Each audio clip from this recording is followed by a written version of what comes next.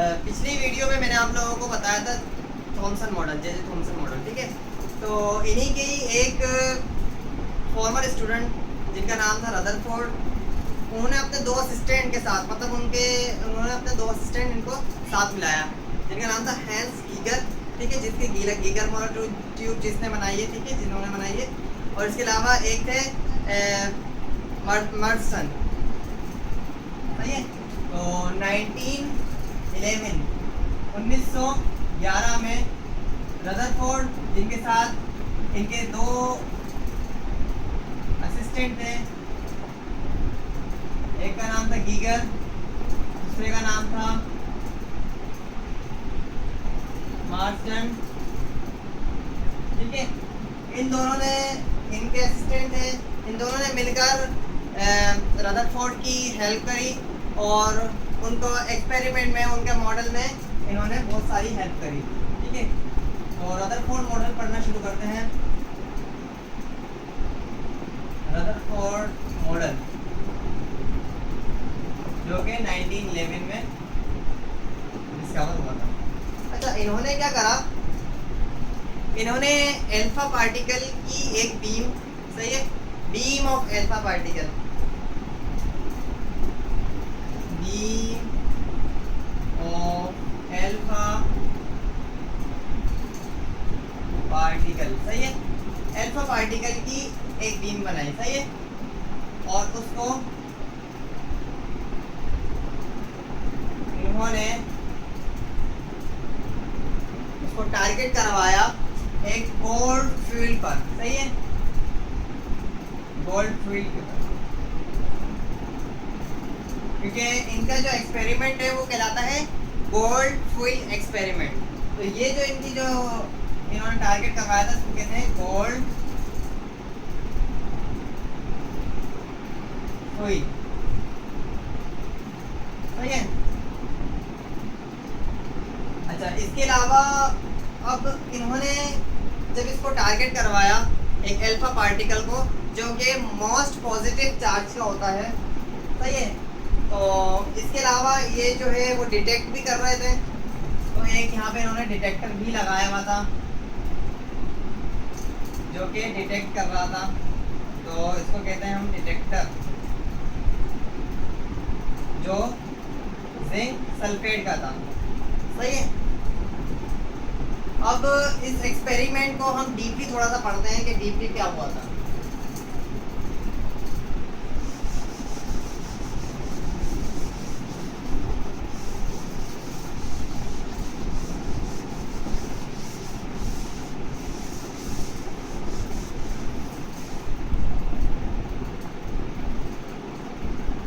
हम एक गोल्ड का एटम बना लेते हैं, सही है, मतलब एक गोल्ड फ्यूल के अंदर तो बहुत सारे एटम होंगे, लेकिन हमने एक एटम को कंसीडर कर लिया।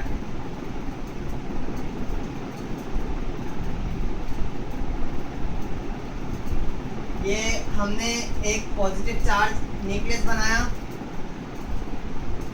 जिसको हम Ze इसको शो करते हैं, एक न्यूक्लियस को, चार्ज और इसका इलेक्ट्रॉन, ठीक है। इसके बाद हमारे पास आ जाता है, यहाँ पर इन्होंने बताया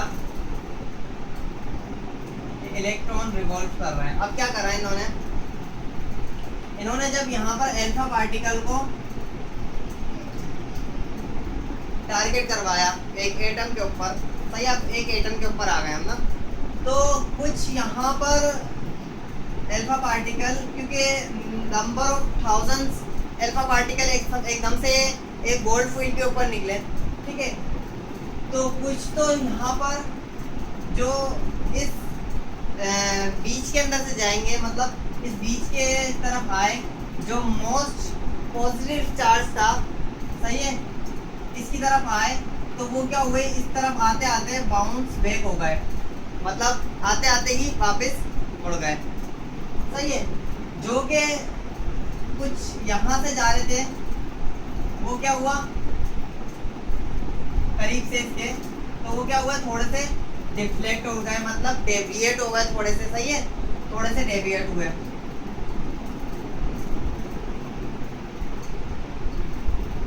क्यों? क्योंकि पॉजिटिव चार्ज, क्योंकि हीलियम जो है हमारे पास वो डबल पॉजिटिव चार्ज कहलाता है। एक अल्फा पार्टिकल जो है वो डबल पॉजिटिव चार्ज कहलाता है, जिसके ऊपर दो पॉजिटिव चार्ज होते हैं। सही है, या हम ऐसे भी लिख सकते हैं कि अल्फा पार्टिकल के ऊपर हम डबल पॉजिटिव चार्ज लगा दें। सही है। अब अल्फा पार्टिकल जब आ रहे हैं तो क्या हुआ, alpha particle number of 1000 alpha particles एकदम से आ रहे हैं। सही है, तो वो हमारे पास कुछ क्या हुआ, यहाँ से डेविएट हो गए क्योंकि करीब से जा रहे थे, कुछ बाउंस बैक हो गए, कुछ डेविएट हुए, कुछ बाउंस बैक हो गए, और कुछ क्या हुए, कुछ हमारे पास सीधे सीधे चले गए, सीधे सीधे चले गए। अब ये जो सीधे सीधे गए हैं तो इन्होंने तीन चीज़ें बताई कि एक एटम के अंदर तीन चीज़ें हैं। सही है। अब पहली चीज़ उन्होंने बताई कि एटम के अंदर एक खाली जगह है, एक एम्प्टी एरिया है।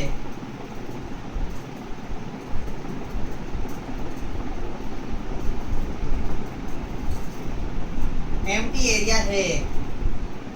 अच्छा, अब ये इन्होंने कैसे साबित करा, क्योंकि कुछ हमारे पास जो अल्फा पार्टिकल थे वो सीधे सीधे चले गए। अब जो सीधे सीधे गए वो हमारे पास ये वाले अल्फा पार्टिकल थे जो सबसे मैंने नीचे और सबसे ऊपर बनाया है, क्योंकि वो खाली जगह में से गए हैं। तो इस वजह से हम लोगों ने रदरफोर्ड ने ये करा, एक कॉन्सेप्ट बनाया कि भाई एटम के अंदर एक खाली जगह है। सही है। दूसरी चीज़ इन्होंने बताई कि एटम के अंदर हमारे पास कुछ ऐसी जगह है कि जहाँ पर पूरा का पूरा मास हम लोग कंसंट्रेट रखते हैं कि पूरा का पूरा मास जो है वो उस जगह पर है। अब वो जगह कौन सी थी, तो उस जगह को उन्होंने कहा न्यूक्लियस। सही है। मोस्ट पॉजिटिव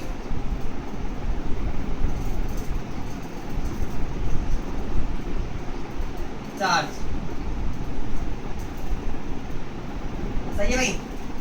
एक जगह उन्होंने ऐसी बता दी कि जहाँ पर जो है हमारे पास बिल्कुल एम्प्टी जगह है, और दूसरी जगह उन्होंने बता दी कि एक जगह ऐसी है कि जहाँ पर मोस्ट पॉजिटिव चार्ज है, जिसकी वजह से क्या हो रहा है, हमारे पास अल्फा पार्टिकल जो हम इसके ऊपर टारगेट करवा रहे हैं वो बाउंस बैक हो रहा है।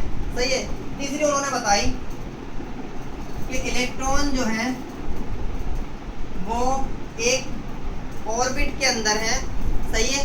वो एक शेल के अंदर है और वो क्या कर रहे हैं, रोटेट कर रहे हैं। सही है। तो तीन चीज़ें उन्होंने बता दी, इलेक्ट्रॉन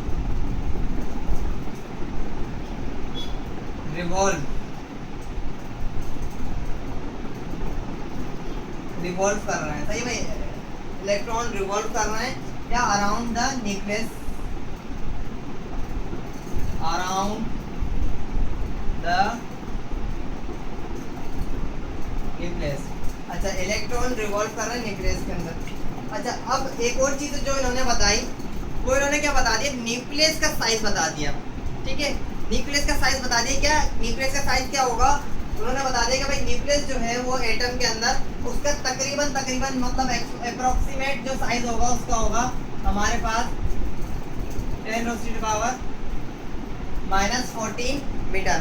ठीक है, ये इन्होंने क्या बता दिया, ये इनकी एक बड़ी डिस्कवरी थी कि जिन्होंने बताया कि हमारे पास एक न्यूक्लियस है जिसका साइज भी बता दिया उन्होंने कि एक्सपोनेंट माइनस का 14 मीटर के अप्रोक्सीमेट है।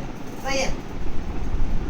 अब इन्होंने क्या कहा, ज़रा इनका जो है वो पढ़ते हैं कि भाई इन्होंने क्या कहा। जब इन्होंने ये होते हुए देखा एक्सपेरिमेंट कि भाई कुछ जो है वो बाउंस बैक हो रहा है, तो इनके खुद के अल्फाज हैं। ये बोलते हैं कि भाई मैं आपको ट्रांसलेट आसान करके बता रहा हूँ। ये बोलते हैं भाई मैंने ऐसा अपनी ज़िंदगी में पहली दफ़ा देखा, एक ऐसी अनहोनी कि जो हमारे पास एक शेल मतलब एक फायर करता है कोई बंदा एक टिश्यू के ऊपर, और वो टिश्यू से लगकर क्या होता है, वो फायर आपको आकर हिट कर जाती है। ये इनके अल्फाज थे। सही है। ये बोलते हैं कि भाई एक ऐसी फायर करी मैंने कि वो मेरे पास वापस आकर मेरे को हिट कर गई। सही है। तो इस वजह से इनको जो है वो एक ऐसी उनकी लाइफ में एक ऐसा लम्हा आया कि वो जो है वो इस तरीके से वो न्यूक्लियस को बताते हैं। सही है। अब कुछ चीज़ें यहाँ पे ये डिफाइन नहीं कर पाए, तो वो जो डिफाइन करा वो करा नील बोहर ने, सही है। अब क्या चीज डिफाइन नहीं कर पाई ये देखते हैं, तो ड्रॉबैक देख लेते हैं। ड्रॉबैक यहाँ से आता है कि ये बोलते थे कि इलेक्ट्रॉन रिवॉल्व कर रहा है around the nucleus just like a planet around the sun, सही है। जैसे कि प्लेनेट जो है, तमाम प्लेनेट जो है वो अराउंड द सन रिवॉल्व कर रहे हैं, उसी तरीके से जो है वो न्यूक्लियस के अराउंड जो है वो इलेक्ट्रॉन रिवॉल्व कर रहे हैं, सही है। अब यहाँ पर इनका ड्रॉबैक क्या आता है, ये बोलते हैं कि जब न्यूक्लियस के अराउंड जो है वो इलेक्ट्रॉन रिवॉल्व कर रहे हैं तो अपनी एनर्जी को भी ज़ाया कर रहे हैं, ये इनका आ जाता है ड्रॉबैक।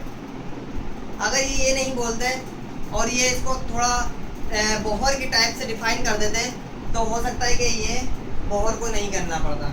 तो फिर इन्होंने क्या कहा कि क्या होता है, अपनी एनर्जी को ज़ाया करते रहते हैं, वो मैं थोड़ा सा इसको रब करके बताता हूँ।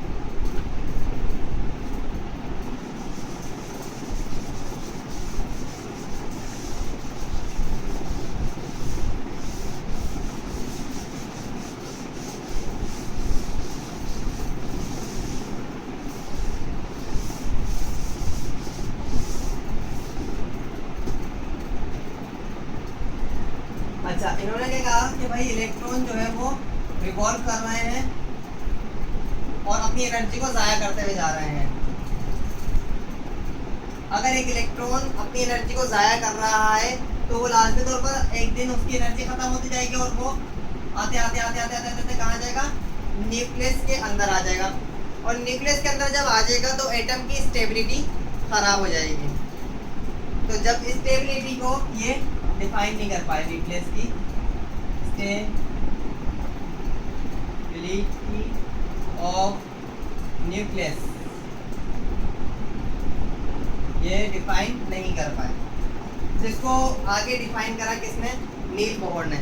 जबकि इन्होंने जो है वो एक बहुत अच्छा कॉन्सेप्ट यहाँ पे बना दिया था, तमाम साइंटिस्ट का इधर तवज्जो दिला दी थी कि भाई ये जो हम मानते थे कि पॉजिटिव चार्ज पूरे में डिस्ट्रीब्यूट हुआ हुआ है, वो डिस्ट्रीब्यूट नहीं हुआ हुआ, जबकि वो इतने से हिस्से में है जिसको हम कहते हैं न्यूक्लियस, सही है। ये चीज़ इन्होंने बहुत अच्छी बताई थी। और इन्होंने ये भी बताया था कि एक एटम एक न्यूट्रल एटम होता है, क्योंकि जितने इसके अंदर इलेक्ट्रॉन होते हैं उतने ही इसके अंदर पॉजिटिव चार्ज होता है जो कि इसके बीच में पाया जाता है। ये बहुत अच्छी चीज़ इन्होंने बताई थी, जिसकी वजह से इनको नोबेल प्राइज़ भी मिला, सही है। अच्छा, अब स्टेबिलिटी ऑफ न्यूक्लियस किसने डिफाइन करा था, नील बोहर ने। तो बाय नील बोहर। तो अगला जो लेक्चर है वो हमारे पास वो नील बोहर के मुताबिक है कि नील बोहर ने क्या क्या करा, सही है, क्या क्या पोस्टुलेट थे इनके। और ये भी बहुत कामयाब साइंटिस्ट है नील बोहर। तो वो इसको वीडियो जो है वो इसको देखना ना भूलिएगा, नील बोहर की वीडियो अगले लेक्चर में।